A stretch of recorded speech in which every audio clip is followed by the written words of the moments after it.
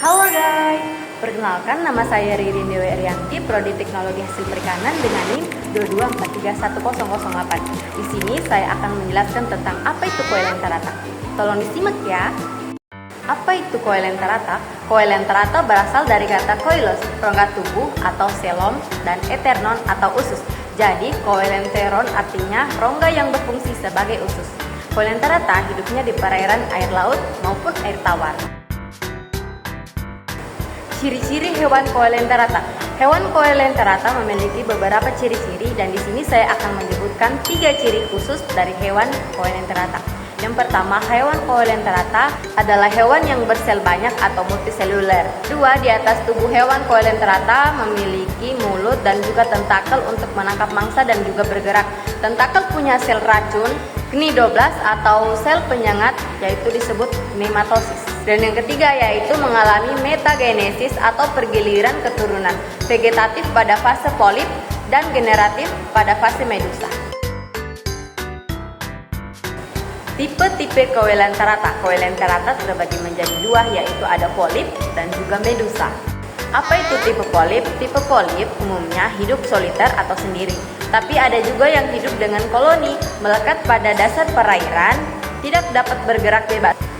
Tubuh atas membesar, di dalamnya terdapat rongga gastrovakuler yang fungsinya sebagai tentakel. Di bagian atas tubuhnya terdapat mulut dan tentakel untuk menangkap mangsa. Polip merupakan fase vegetatif pada koelenterata.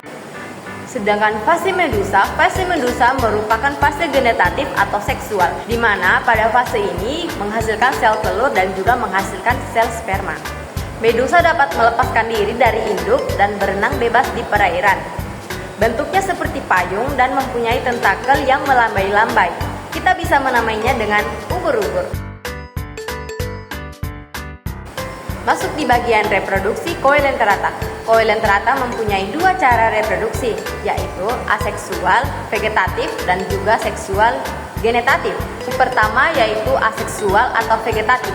Dilakukan dengan membentuk kuncup pada kaki pada fase polip, makin lama makin besar, lalu membentuk tentakel. Kuncup tubuh di sekitar kaki sampai besar sehingga induknya membuat kuncup baru, semakin banyak lalu menjadi koloni. Sedangkan reproduksi secara seksual atau genetatif yaitu dilakukan dengan cara pelaburan sel sperma dengan sel ovum atau sel telur yang terjadi pada fase medusa. Letak testis di dekat tentakel sedangkan ovarium ada di dekat kaki. Sperma masak dikeluarkan lalu berenang menuju ovarium. Ovum yang dibuahi akan membentuk zigot. Mula-mula zigot tumbuh di ovum dan berubah menjadi larva. Larva Basinilia atau planula berenang meninggalkan induk dan membentuk polip di dasar perairan. Koelenterata terbagi menjadi 4 kelas, yaitu ada kelas Hydrozoa, Scyphozoa, Anthozoa, dan juga Stenophora. Hydrozoa berasal dari kata hydra, artinya hewan yang bentuknya seperti ular, umumnya hidup soliter atau berkoloni. Soliter terbentuk polip, yang berkoloni berbentuk polip dan medusa. Contohnya ada hydra, obelia, dan juga Physalia. Berasal dari kata scyphos atau mangkok, memiliki banyak dominan medusa. Polip bagian atas akan melayang di air. Medusa akan melakukan kawin dan membentuk planula sebagai calon polip. Contohnya yaitu Aurelia atau kita sebut dengan ubur-ubur. Selanjutnya ada Anthozoa. Apa itu Anthozoa? Anthozoa berasal dari kata anthos atau bunga. Hidup di laut dan bentuknya seperti polip dan tidak punya fase medusa. Polip bereproduksi secara aseksual dengan tunas. Polip bereproduksi secara aseksual dengan tunas, pembelahan, dan juga fragmentasi. Reproduksi seksual dengan fertilisasi yang menghasilkan zigot lalu menjadi planula.